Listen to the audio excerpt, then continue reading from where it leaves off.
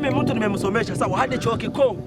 Unaelewa? Yaani mtu nimegaramika. Juzi kati tu hapa nikapewa kadi ya mtu anaolewa. Umeelewa?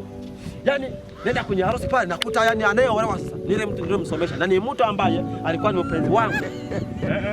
Ni mtu ambaye kwanza nilikuwa nampenda vya hatari. Nenda kwa ndugu yangu hapa nilipo sawa. Yaani subiri kidogo. Ina maana ulipewa kadi uende kwenye harusi na binti uliyekuwa unampenda kukuta ndo anaolewa. Ndo anaenda kuolewa.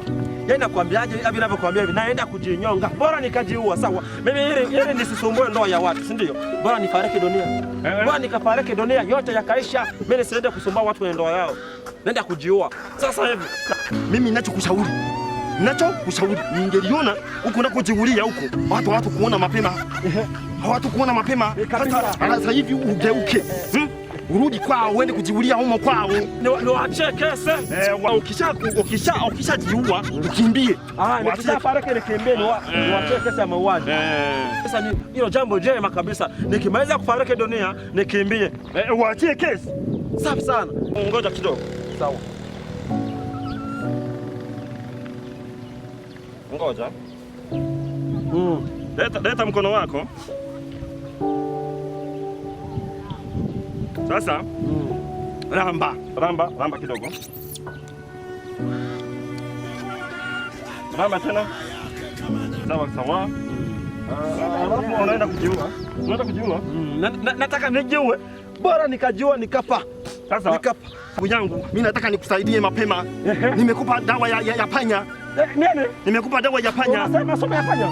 Ndugu yangu Kwa mimi umenipa somo.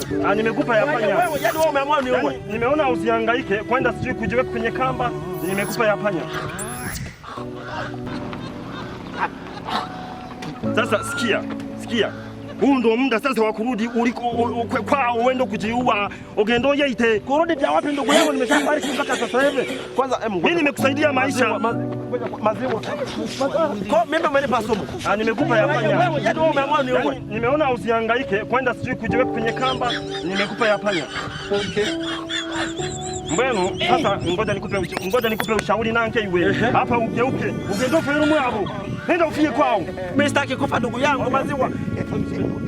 Na kusaidia na kuiye yembe bana nishankuiye yenkende. Unajikuta kujiua kwa sababu ya mwanamke.